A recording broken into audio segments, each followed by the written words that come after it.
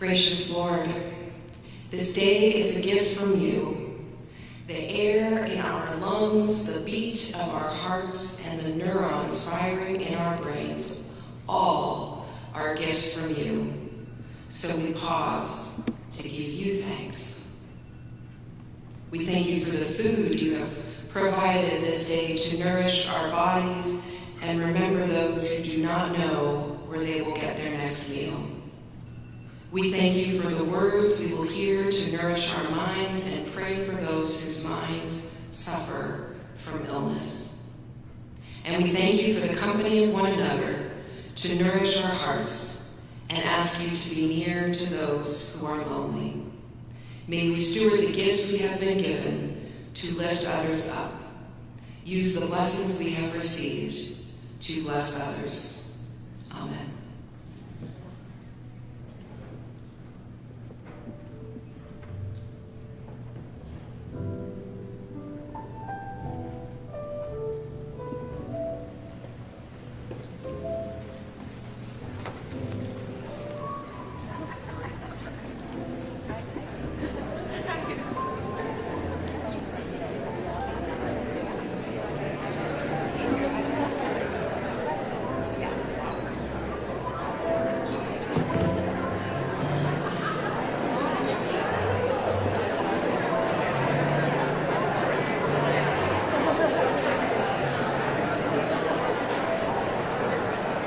Ladies and gentlemen, please welcome Cleves Whitney, Executive Director of the Gerald R. Ford Presidential Foundation.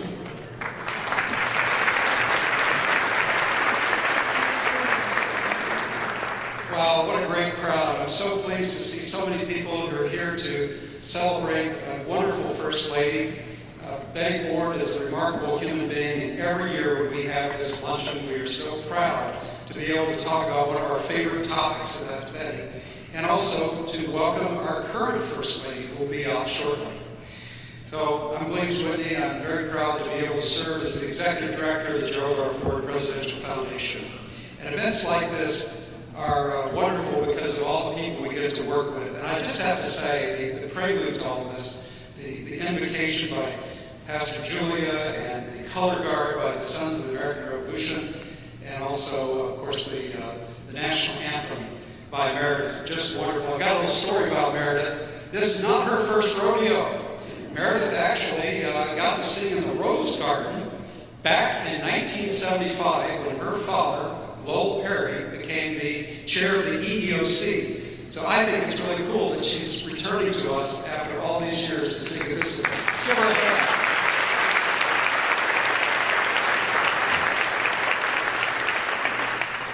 Well, you know, events like this have to require the cooperation of a lot of people. And Cicero once said that, you know, great partnerships double the joys and halve the burdens of life. And we've had some great partnerships to pull off today's luncheon. My favorite partnership, I think, of all today is FLAIR, the First Ladies Association for Research and Education, sitting at this table. Nancy, and Anita, and Diana, and all of you at the table up here. I think that's table 5 if you want autographs. They are stars. We are so proud of our association with FLAIR, and in fact, we're proud that we were the first organization to recognize FLAIR, to affiliate with FLAIR. But with FLAIR, also, people from American University, the School of Public Policy, are also part of this wonderful event. You're going to see I have a little bit of a split personality up here because we're talking about the luncheon, but we're also talking about a wonderful conference that's going to be over at the museum starting at 2:15. You guys didn't realize you're going to be in for the whole day, right? And FLAIR is such a key part of that conference. American University is a key part of that conference. We're so proud of that. The National Archives are a key part of the conference. So we're going to have the National Archives present. We're going to have Brooke Clement there at the Presidential Library Museums, who's going to be joining us there. So a lot of great partners to pull off a great day celebrating our First Ladies and celebrating just all of you because of your support. So we've got other people here that I just want to mention real fast. You know, Talk about partners. Sponsors are partners. Sponsors are key partners to what we do. So we're so happy to be just partnering with people at Corewell Health and Blue Cross Blue Shield and so many other organizations, the Steve and Amy Van Andel Corporation, and we've got in the foundation, we've got people from Grand Valley at the Hallenstein Center. All of you have helped make today possible. Let's give all of them a hand.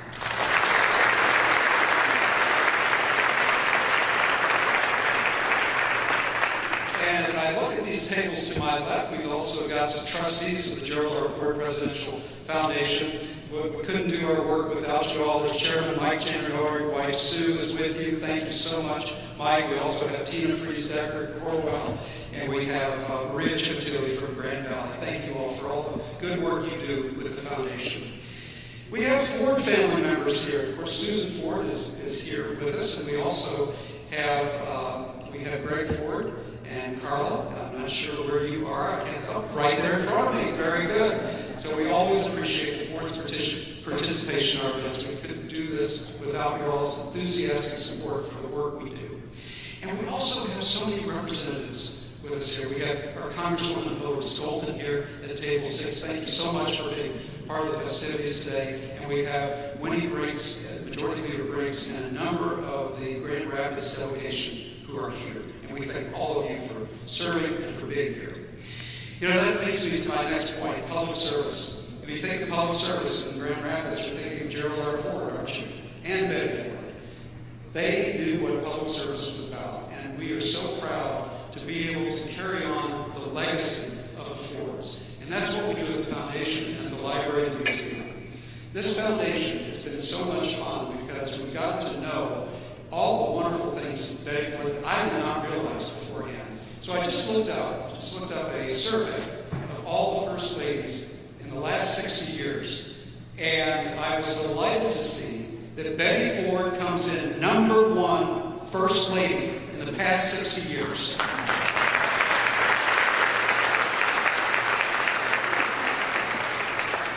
It's little wonder when you think of all the women's lives she saved by telling her story, all the families she contributed to saving because she had the guts to allow an intervention. All of the women she made empowered to go into politics because of their interest in the ERA, the basic fairness of American democracy. You just see the list goes on and on. Those are the topics we're going to be exploring this afternoon.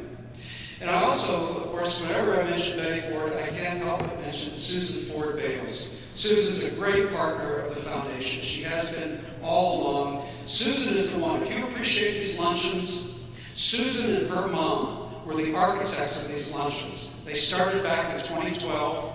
This is the 12th one. We had skipped a year with COVID, but this is the 12th one we've hosted. And Susan, if you like your gift at your table setting there, the stamp, that panel, Susan was the architect of that, working with the U.S. Post Office. It's always a delight and an honor to have Susan come back to Grand Rapids to join us. Please give her a warm welcome.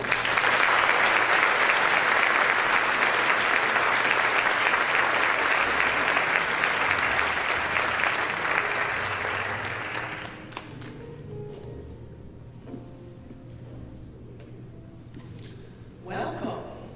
What a nice group today.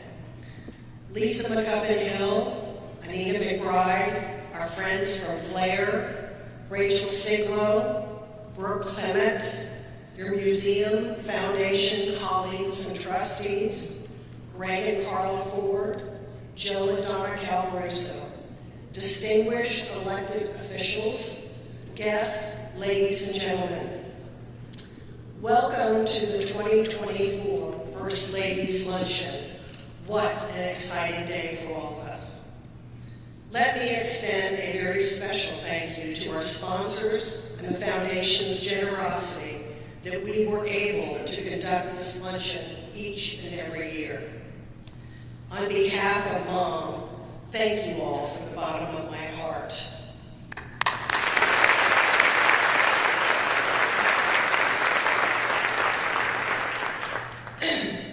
I've thought a lot about what to say and how best to introduce our extraordinary guest. How can I express the deep feelings that Mom and I would share about what it means to be honored by our guests in Mom's hometown. Ladies and gentlemen, it's not been an easy task. As I reflected on this task, my thoughts kept coming back to the great work that Mom and our guests each carried out for decades. History now allows us to see the bedrock connections between these two remarkable ladies. Each of them had their moment in time. Each of them had their moment to make a difference. So in short, they had one chance at forever. And oh my, ladies and gentlemen, did both of them make that moment count. There was a time when women had breast cancer and shame behind closed doors. There was a time when words of breast cancer would never be uttered publicly, and most certainly never by America's First Lady. And then, ladies and gentlemen, there was Betty. There was a time when the stigma of prescription drugs and alcohol addiction was as cynical as it was cruel.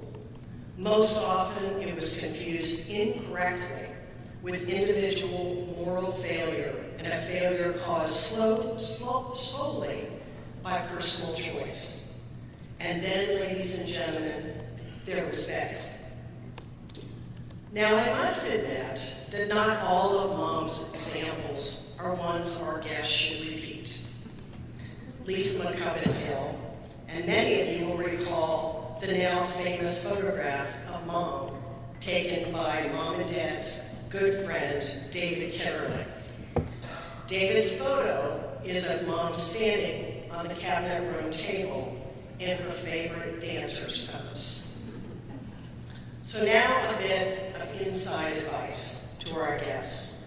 The next time that you are in the cabinet room, you might simply want to touch it, not stand on the table.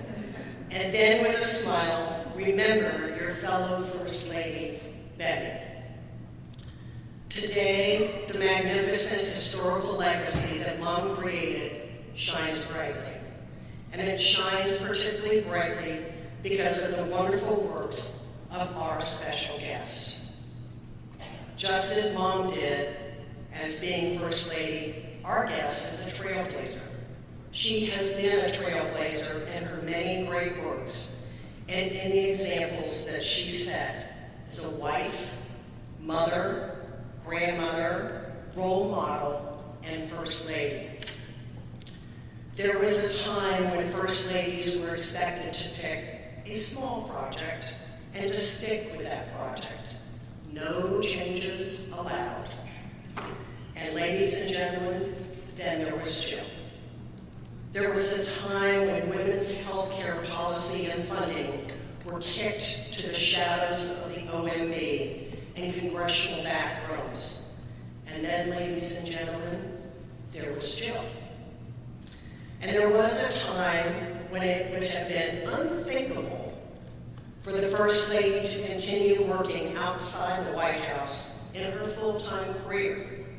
And then, ladies and gentlemen, then there was Jill. A question that I am often asked is, what would Betty Ford think of our current First Lady?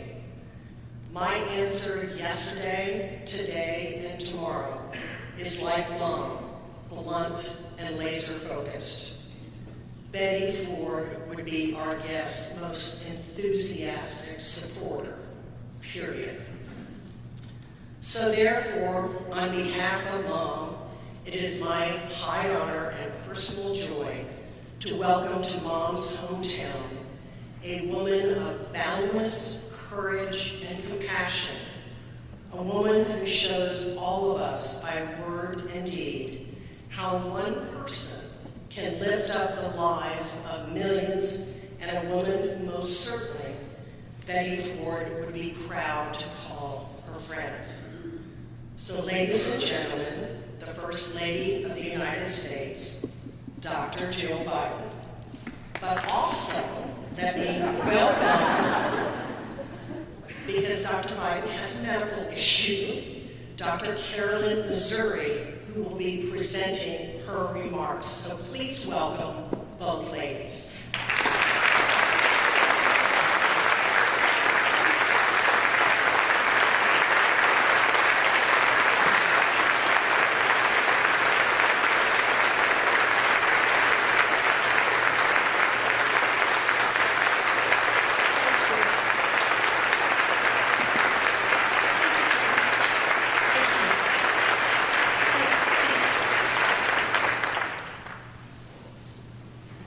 So, I woke up this morning feeling a little under the weather and without a voice.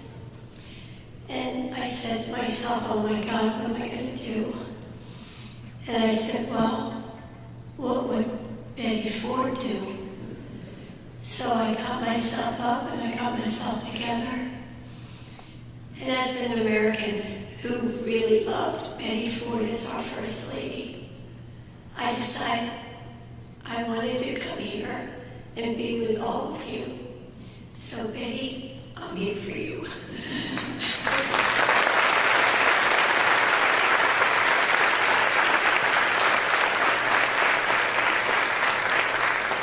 But I'm going to have to ask Carolyn Missouri to give my comments because I really don't think my voice would last through everything. So I'm sorry, but otherwise this would be the end.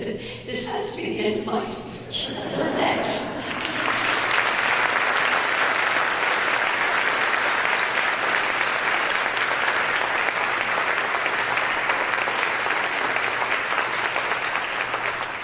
Thank you, Dr. Biden. It's a privilege to be your voice today.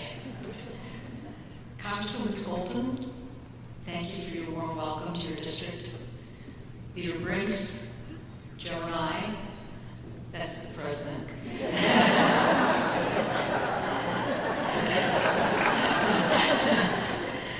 Are grateful for all you're doing in Michigan to make women's health a priority. Executive Director Whitney and the foundation staff, thank you for making this beautiful luncheon possible. Good afternoon.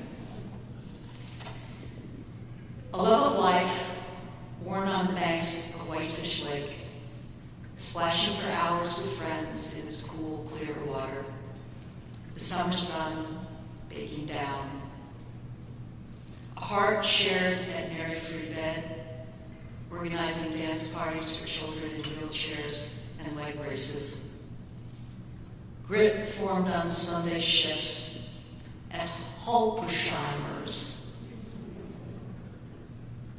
during the Great Depression, helping her family pay the bills, the same grit and grace that helped her twirl across the stage at Carnegie Hall.